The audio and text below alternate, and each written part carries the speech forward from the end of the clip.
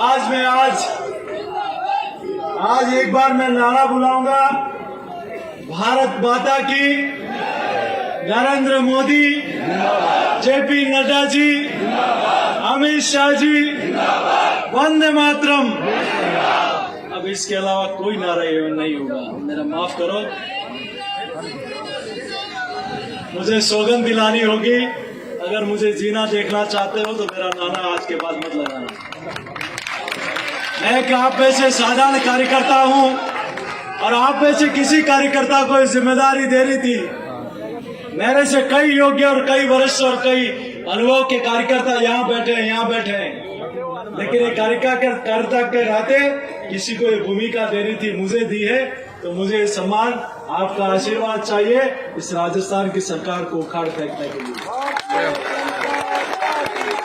मैं आभार प्रकट करता हूं देश से दुनिया के सबसे लोकप्रिय नेता आदरणीय नरेंद्र मोदी जी का, जिन्होंने इस छोटे से कार्यकर्ता पर विश्वास व्यक्त किया।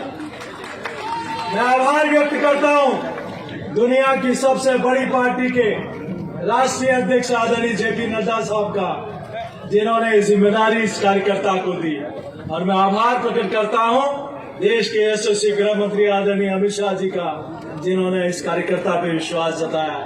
मैं आभार प्रकट करता हूं इस मंच का, और मैं आभार प्रकट करता हूं देवतुल्य कार्यकर्ताओं का, जिन्होंने इस कार्यकर्ता को एक प्रदेश अध्यक्ष के रूप में ये जिम्मेदारी दी। मैं आपको विश्वास दिलाता हूं कि आज बूथ और मंडल और युवा मोर्चा में काम करते हुए भारतीय जनता युवा मोर्चा में जिले से लेकर प्रदेश तक, और भारतीय जनता आदरणीय सतीश जी भाई साहब यहाँ बैठे हैं, आदरणीय अरुण जी चतुर्वेदी साहब यहाँ बैठे हैं, आदरणीय अशोक बलराम जी के समय मुझे युवा मोर्चा का प्रदेश अध्यक्ष होने का दायित्व मिला, तो अरुण चतुर्वेदी जी के समय मुझे पार्टी का चित्तौड़गढ़ जिले का अध्यक्ष करने का मौका भी मिला।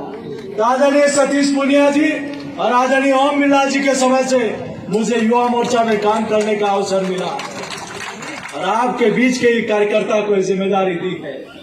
हमें विश्वास करता हूं यहाँ पर हम सब लोग मिलकर जो काम आदरणीय डॉक्टर सतीश पुनिया जी ने, आदरणीय चंद्रशेखर जी भाई साहब ने, आदरणीय हमारे प्रदेश के प्रभारी आदरणीय अरुण सिंह जी ने, आदरणीय विजया राटकर जी ने, और आप लोगों ने जो काम किया है उस काम को और आगे बढ़ाने का हम सब लोग मिलकर काम करेंगे। अध्यक्ष की एक भूमिका होती है, लेकिन मेरा आग्रह रहेगा आप और हम सब लोग मिलकर कदम से कदम मिलाकर, कंधे से कंधा मिलाकर काम करेंगे। तो विश्वास करता हूं जो आदरणीय राठौड़ साहब ने कहा था, जो विधानसभा में कांग्रेस को घुटनों के बल झुकाने का काम करते हैं, जिन्होंने कहा फॉर्च्यूनर जितने विधायक भी नहीं आएंगे, आदरणीय राठौड़ साहब की बात को भी सच करने की ताकत राजस्थान का कार्यकर्ता रखता है। मैं आभार प्रकट करता हूं आज मेरे जैसे छोटे से कार्यकर्ता को, एक गांव ढाणी से आए कार्यकर्ता को, एक किसान के परिवार में जन्मे इस कार्यकर्ता को, जो स्नेह और आशीर्वाद दिया।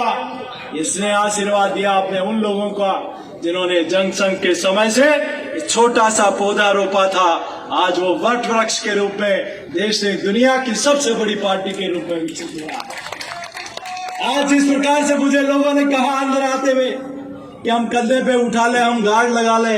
मैंने कहा जिनके साथ खूब धक्के खाए हैं उनके साथ आज भी धक्का खाने तो इसी में आनंद आ रहा है।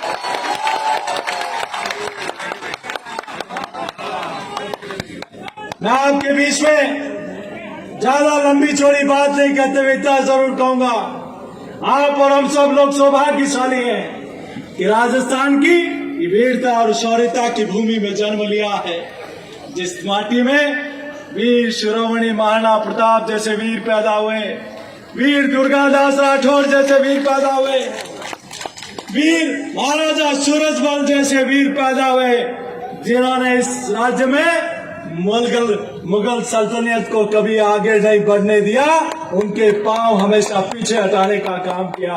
ऐसी वीर भूमि को मैं प्रणाम करता हूँ, नमन करता हूँ। यहाँ संतों का आशीर्वाद हमें मिला है, तो ऋषि मुनियों के और संतों की भूमि भी है, ये मीरा की भूमि है, ये पन्नाधार के बलिदान की भूमि है, तो ये संत पीपा जी और बापूजी महाराज की भूमि है, ये मानगढ़ धाम के क्रांतिकारियों की भूमि है। मित्रों, आप और हम सब लोग मिलकर, ये भूमि संत रैदास की भूमि है।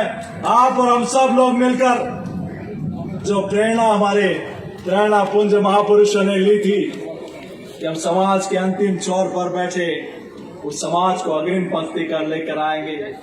जो प्रेरणा पूज्य दीनदयाल जी ने हम सब लोगों को एक आदर्श के रूप में दी थी, जो डॉक्टर श्यामा प्रसाद मुखर्जी ने दी थी, जो पूज्य बाबा साहब अम्बेडकर जी ने दी थी, जो हमें रास्ता दिखाया, उस रास्ते पर चलकर हम उस क्षेत्र में काम करने का अवसर मिला है।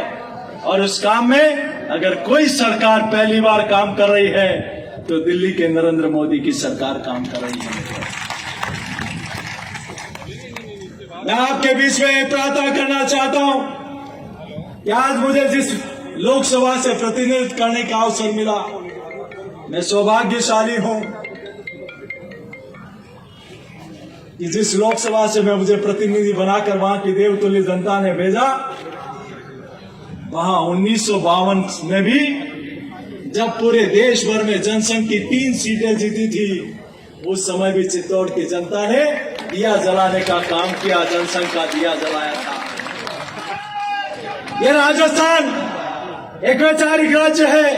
आप और हम सब लोग, कोई कारण रहा होगा कि मात्र 1.5 लाख वोटों से हम पीछे रह गए, लेकिन हम मुझे विश्वास है कि सीपी जोशी अकेला नहीं, ये पूरे मंच का आशीर्वाद और मार्गदर्शन और आपका पूरा समर्थन हम इस 2023 के विधानसभा चुनाव में इस नकारा और बेकारा सरकार को उखाड़ के फेंकने का काम करेंगे।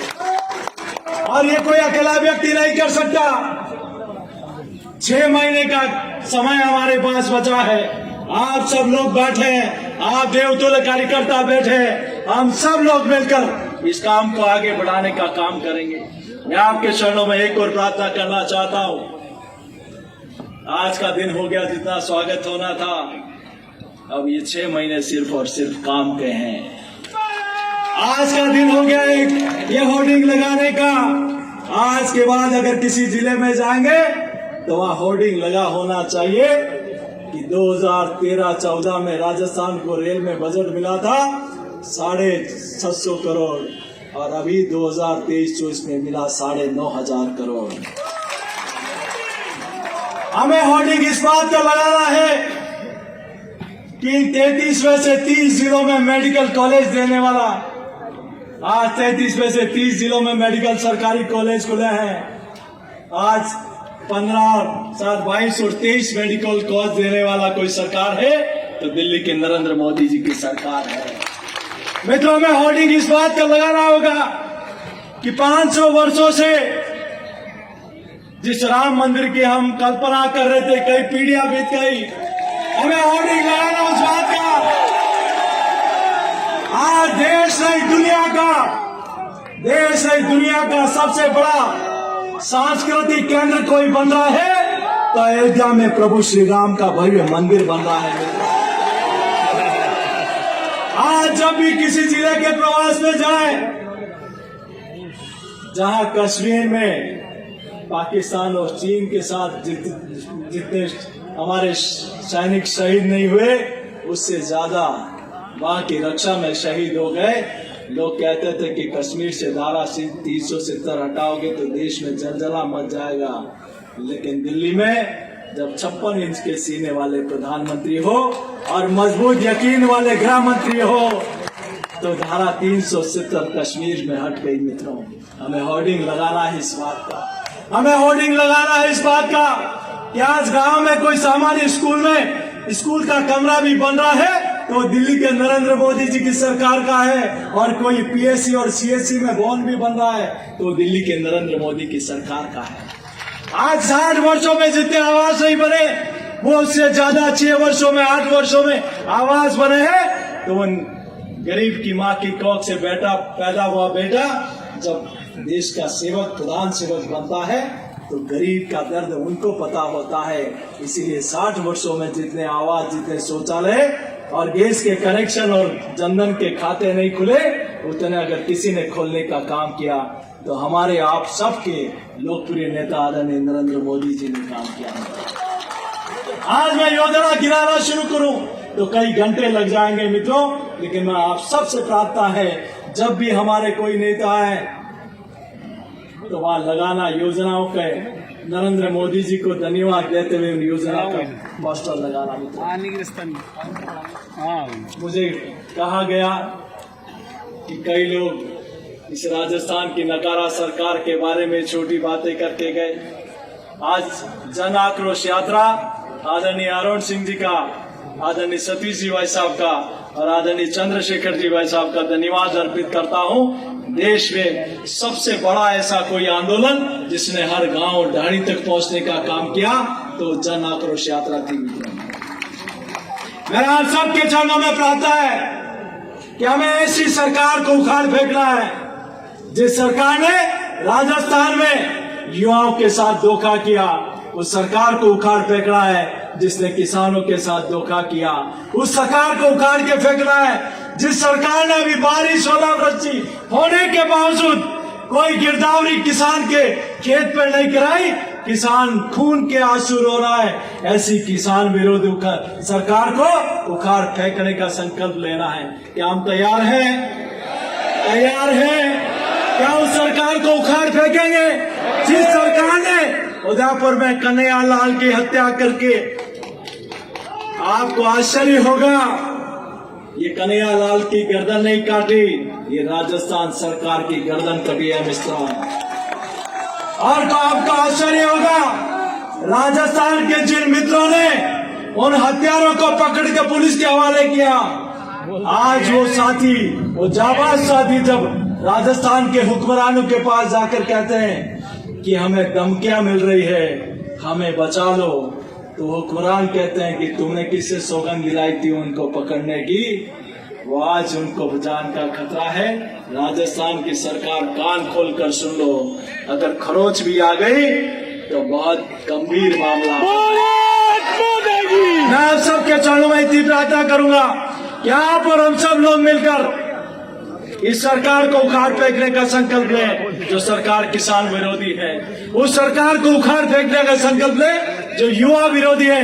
तैयार है हम सब लोग? तैयार है? तैयार है? तो जोरदार जय घोष करें, बोले भारत माता की। हम 6 महीने तक न सोएंगे न सोने देंगे इस कांग्रेस की सरकार को, इसकी नींद हराम कर देंगे और 2023 में प्रचंड बहुमत के साथ भारतीय जनता पार्टी की सरकार बनेगी मित्रों। इसका संकल्प लेके जाएं। बोलो एक बार जय घोष, भारत माता की। मुझे कहा अभी मुझे